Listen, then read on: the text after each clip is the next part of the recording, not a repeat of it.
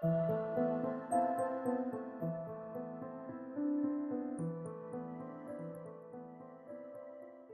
is the first planned modern city of India after the nation's independence from Britain in 1947.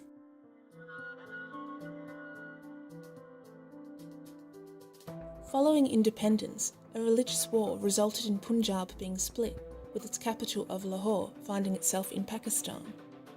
This left the Indian Punjab without a capital. The solution, as decided by India's first Prime Minister Nehru, was to build a new city, Chandigarh. This new city was to be free of past traditions, where the ideals of modernism fitted Nehru's vision for his dream city. Chandigarh would symbolise India's freedom and progress in its newfound future. The design of Chandigarh was based on modernist principles, using rational structured grids and proportions. The key to the plan was the use of sectors and 7 V's of circulation routes to create order and control. The human body inspired the layout of the master plan, with the capital complex as its head and the city centre as its heart. Green spaces were also important to the city's planning. The city was to be a modern utopia of an ideal society. The creator of this grand master plan was Le Corbusier. Le Corbusier was a Swiss-French architect and urban planner known for being the forefather of modernism. Throughout his career, Le Corbusier formed several theories that he applied to his work. According to Corbusier, society could only be reformed through city planning, where the modern city should be dense yet unchaotic. This could be achieved by building vertically to control sprawling and traffic, with green space for health and well-being. Though Corbusier created many works over his lifetime, the pride and symbol of his success was the capital complex in Chandigarh, located at the northern end of the city against the Himalayan mountains. Whilst Le Corbusier was in charge of the master plan of Chandigarh, most of the city's buildings he left to his architectural team, reserving the capital complex for himself. This complex is comprised of the Secretariat, the Legislative Assembly, the High Court, and the Open Hand Monument. Corbusier saw the capital as a sacred place that should be separated from the rest of the city, holding an intellectual gravity over Chandigarh, where citizens are expected to stand back in awe of his architectural masterpiece. However, this detachment has created a sense of division where the capital's authoritarian style and large scale isolates itself from its citizens. This capital lost what its creators envisioned, a space for freedom and democratic participation.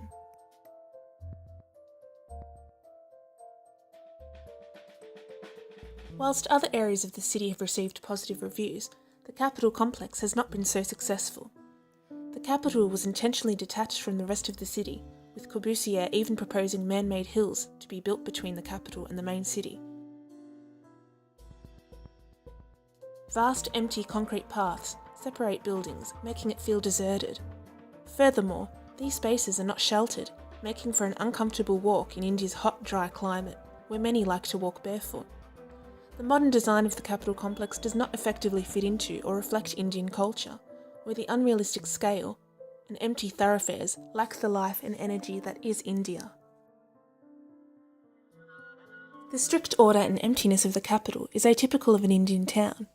Indian cities are often crowded with local bazaars flowing into the streets and bustling with people. Spaces are energetic and dynamic, bringing life and colour. Chandigarh, as a planned modern city, lacks culture with its structured and severe modern design. Though, over time, the city centre has been adapted by its citizens to better fit into their culture and lifestyle.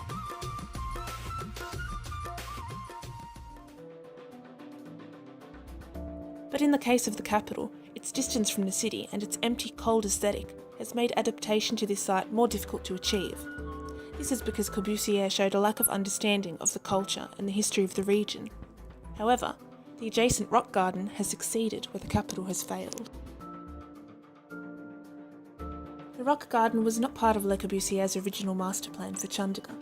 It was built by a local artist named Nek Chand. The layout of the garden is based on the fantasy of the Lost Kingdom, located in the forested area to the right of the capital. One must pass through a variety of doorways, archways, and spaces of different scales, each opening into an array of sculptures, courtyards, fountains, and chambers. This organic garden is playful and inviting, connecting with inhabitants, unlike Corbusier's dreary capital.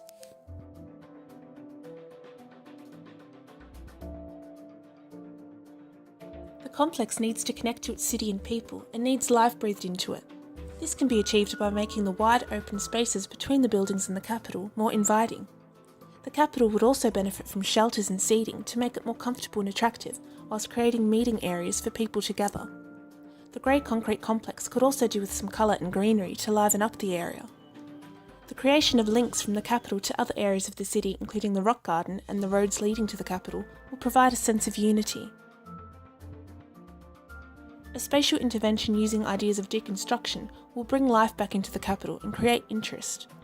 French philosopher Jacques Derrida's theory of deconstructivism was the belief that society seeks an artificial need for order, reason and logic. However, in reality, it is all chaos. A spatial intervention of a more unordered, abstract nature will move away from the strict modern architecture created by Corbusier to achieve dynamism and better fit into Indian culture.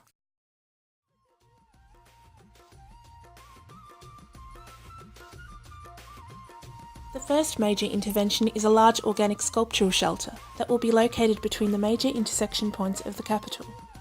This intersection includes shelter from the hot sun and seating, providing comfort and acting as a meeting place for locals to gather and interact with the space.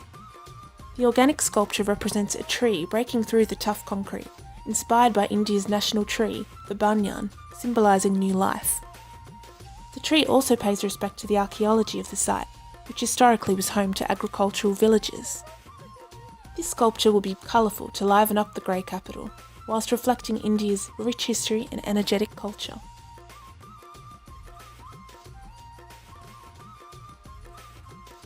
Colours are also inspired by the popular Indian Holi festival, or the Festival of Colour, that celebrates the arrival of spring, a time for forgiveness and repair. The second major intervention includes abstract archways that will connect the buildings of the capital. The archways at particular points along the paths will act as links and visual guides to spaces, whilst also providing shelter. Externally, the arches take on a rigid shape, paying homage to the site's modernist underpinning.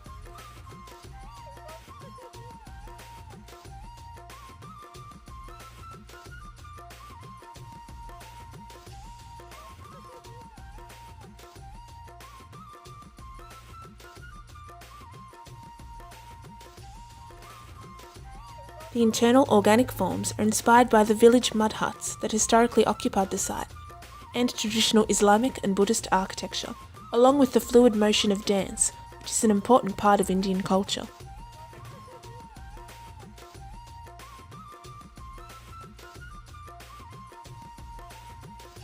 The final intervention are pathways that connect the buildings and landmarks around the entire sector to the capital. These colourful and organic pathways disrupt the formal order of the planned city, creating interesting and more realistic paths of travel. The pathways link different areas of the city together and lead to the capital, attracting people to the complex.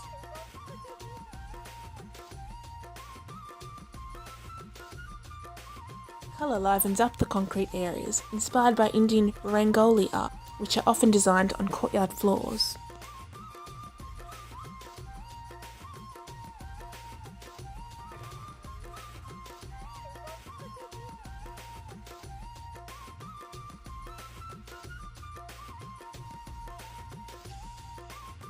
The existing architectural structures will be linked and engaged with via the pathways, arches, and the new sculptural element, creating vibrant and dynamic interventions which promote social interaction.